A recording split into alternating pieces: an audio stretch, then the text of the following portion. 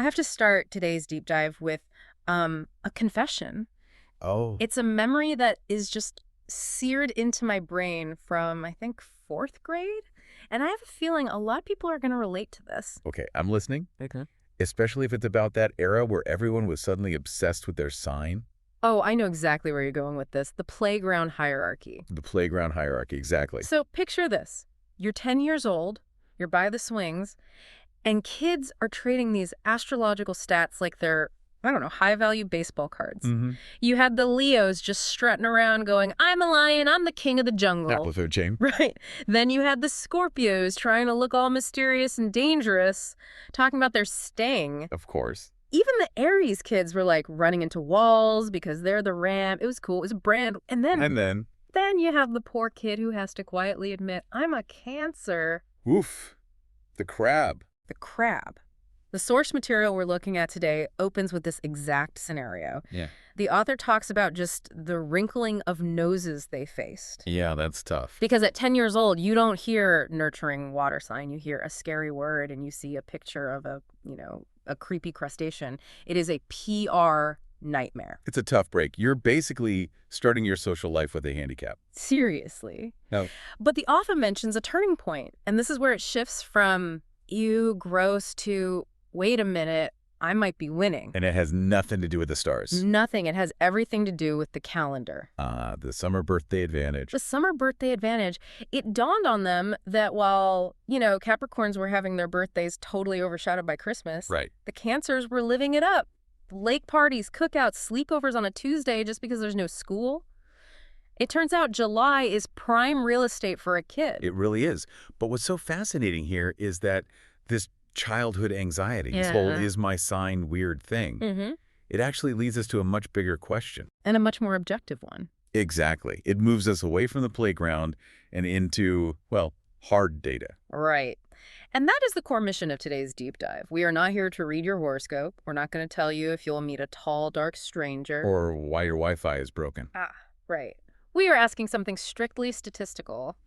Is your zodiac sign actually rare? Or does it just feel like everyone shares your birthday? And to answer that, we are looking at a really interesting breakdown. This isn't some magazine quiz. We're deep diving into a data analysis from the Washington Post. So purely a numbers game. Purely numbers. And the results are, well, they're surprisingly lopsided. We tend to think of the zodiac as a perfect circle, right? A pie chart with 12 equal slices. Yeah, you assume it's a 1 in 12 chance for anything. But reality and biology doesn't work in perfect fractions. The pie slices are not equal at all. So, buckle up. By the end of this, we are going to reveal the #1 most common sign. We're also going to look at something called the Great Winter Birth Slump. And the science, or maybe the sociology behind why certain months are just packed with birthdays. I think you said there was some meteorology in there, too. A little bit of biology, sociology, and, yeah, maybe some meteorology. Okay, I want to get to that. But first, how do we even know this? You can't just call up every person in America. No, you can't. And honestly, this is the part that makes this study so credible. The analyst in me loves this because they didn't just rely on a simple poll. Why not? Wouldn't people just tell you their birthday? Well, think about self-selection bias. If I put out a poll on, say, Twitter asking, what's your sign? Who's going to answer? People who are into astrology. Exactly. You get a flood of Leos who want to talk about themselves. You're not going to get the skeptics, so your data would be completely skewed. That makes total sense. Right. So how did they get the raw numbers then? It was a tricky, multi-pronged approach. They had to synthesize data from some real heavy hitters. Like who? We're talking about the data firm YouGov, the American Community Survey from the U.S. Census Bureau, the Social Security Administration, and this is the really clever part state voter files. Voter files. That seems random. Why do they need to know if I voted to know if I'm a Pisces? This is a great example of creative data journalism. So think about what the census tells us. It can give you birth month ranges. X million babies were born in August. Okay, that's a general idea. But it's a blunt instrument for astrology because the signs don't follow the calendar month perfectly. They change mid-month. Right, around the 20th or 21st. So knowing someone was born in August doesn't tell you if they're a Leo or a Virgo. You need the specific day. Exactly. And the census isn't publishing exact birth dates for privacy reasons, but voter registration files. In many states, those are public, and they contain exact dates of birth. Ah, I see. So they used those to bridge the gap. They did. They took the broad volume from the census and overlaid it with the specific daily distribution from voter files and Social Security data.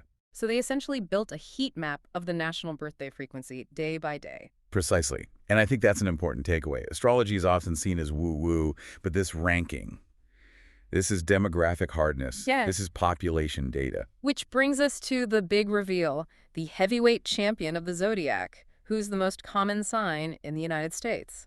Well, looking at the data, it is not even a close race. There is one clear runaway winner. The most common zodiac sign in America is Virgo. Virgo, the maiden. Virgo, people born between August 23rd and September 22nd. So if you're Virgo, look around the next time you're in a crowded room. You are not alone. You are the majority. You really are. And what's kind of fun, if we just dip our toes into the personality side for a second, is what this majority supposedly represents. Okay, let's do it. Virgos are earth signs, along with Taurus and Capricorn. And the vibe of an earth sign is what? Grounded. Grounded, practical. The archetype is the solid, reliable citizen. I like that. I mean, if you have to have a majority population, you want it to be the reliable ones. It helps. But there's another layer. They're also classified as a mutable sign, like Gemini, Sagittarius, and Pisces. Mutable means changeable, right? In astrology, yeah, it implies adaptability. The cardinal signs start things, fixed signs are stubborn. But mutable signs, they go with the flow. They adapt. That's kind of poetic, isn't it? The most common type of person in America is someone who is solid and reliable, but also adaptable. It's a pretty good national personality. It certainly is. But let's get back to the why. Why Virgo? Is there something cosmic drawing souls to Earth in late summer? This is where it gets really interesting, because it's not about constellations, it's all about the calendar. Right. It's the dates.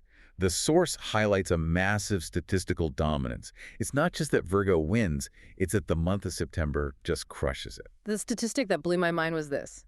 9 out of the top 10 most common birth dates fall in September. It's a birthday factory. It is. If you have a friend group of 10 people, chances are you're buying cake in September. But as an analyst, my brain immediately asks, why? You have to do the math backwards. Exactly. The conception timeline.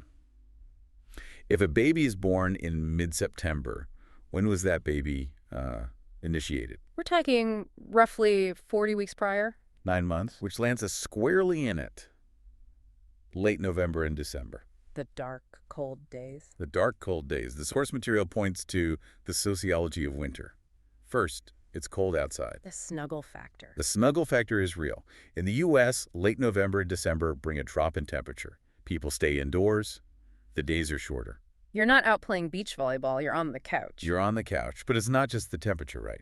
Because February is often colder, but we don't see a huge spike in November birthdays to match it. That's a good point. So what's the missing piece? The social calendar. Late November through December is the holiday season. Thanksgiving, Christmas, New Year's. People are off work. People are off work. The stress of the daily grind might be a little lower. There's simply, as the source puts it, more time to get busy. Plus the whole atmosphere, right?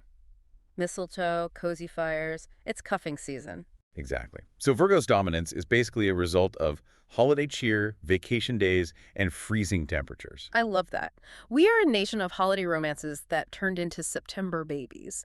So Virgo's number 1. Who are the runners-up? The top tier is all that warm weather baby group. Following Virgo at number 1, we have the sign from our intro story coming in at number 2, Cancer. Redemption for the crabs. Yeah. See? You might get teased, but you are legion. Big time. Then at number 3, we have Leo. And number 4 is Libra, which catches the tail end of that September boom. So summer and early fall are just the busy season for maternity wards. Absolutely. Then we round out the top 5 with Gemini, representing late May and June. Okay, so that's the top tier. What about the middle of the pack? This is the middle of the bell curve. Yeah. At rank 6, we have Scorpio. 7 is Taurus. 8, Sagittarius. Yeah. And rank 9, Pisces. It's interesting how scattered those are. They're just kind of floating in the middle. Right. They represent the months where conception patterns are, normal. No huge holiday spikes or drop-offs. But then we get to the bottom, the rare ones, the unicorns of the zodiac. The bottom tier. And this is where the numbers start to drop off significantly. At rank 10, we have Aquarius. At rank 11, Aries. And finally, the rarest sign in the United States is Capricorn. Capricorn, the sea goat, born roughly December 22nd to January 19th. If you are a Capricorn, you are a statistical anomaly compared to your Virgo friends. This matches my experience, actually. I feel like I know a million Virgos, but Capricorns, they're scarce. So let's connect this back. Why is Capricorn so rare? Well, do the backwards math again. To be born in late December or early January, conception would have to happen in... Wait, March, early April? Exactly. Springtime. But wait, isn't spring fever a thing? You'd think people would be enthusiastic when the flowers start blooming. You would think, but the data shows what the Washington Post calls the Great Winter Birth Slump. The months with the fewest birthdays are January, December, and November. Consistently. That is fascinating. So despite the idea of spring romance, we aren't reproducing as much in the spring. It seems so. The slump sits directly opposite that warm weather baby boom. Why do you think that is? Is it just because we're busier? That's the leading sociological theory. Think about March and April. There are no major holidays that give you a week off. Taxes are due. The work year is in full swing. People are outside, they're active. They just aren't staying in bed all morning like they might on December 26th. Precisely. So if you're a Capricorn, Aquarius, or Pisces, those winter babies, you really are rarer. And this has real-world implications, even just social ones. If you're a kid with a January birthday, not only is it overshadowed by the holidays... The classic Capricorn complaint. Right. But there are also just fewer kids in your class with birthdays around the same time. If you're a Virgo, you're probably bringing cupcakes on the same day as 3 other kids. Exactly. The Virgo creates a birthday week cluster. The Capricorn stands alone. It changes the dynamic. You know, we started this talking about the stigma of being a Cancer, but knowing you're part of the second biggest group is kind of validating. And for Capricorns, well, you get to feel exclusive. You're a limited edition. Exactly. You know, looking at this list, it really highlights something profound about how external forces shape us. How so? Well, we think of our sign as this destiny written in the stars. But when you look at this data, you realize the frequency of these personalities is dictated by really earthly things, weather patterns, the federal holiday calendar. The fact that it gets dark early in December, that is a really good point. We are products of our environment in the most literal sense. So here's the question that keeps popping into my head. If the weather dictates the birth rate, does the weather dictate our national personality? Oh, it's interesting. You mean, does the climate create the culture? Think about it. If the majority of Americans are Virgos because of cold winters, and Virgos are supposedly reliable and adaptable, does that mean the American character is just a side effect of our climate? That is a massive question. You're asking if geography is destiny. Maybe it is. Imagine if our seasons were flipped, like in Australia. Right. Their winter slump would be at a completely different time of year. Exactly. If their conception spike happened during their winter, our summer, they'd be a nation of Aries and Taurus. Would the whole vibe of the country shift? It implies that our cultural identity, at least the astrological part of it, is tied to the fact that we have a cold winter. It's wild. Our cosmic destiny is really just a reflection of a snowstorm in 1995. And the fact that offices close between Christmas and New Year's, don't forget the corporate calendar. True. We are products of HR policies and blizzards. So what does this all mean for the listener? What's the takeaway? I think the summary is pretty clear. If you're a Virgo, you reign supreme thanks to holiday coziness. If you're a Capricorn, you're a rare result of the spring hustle. And we should probably drop the mandatory disclaimer here, right? We should.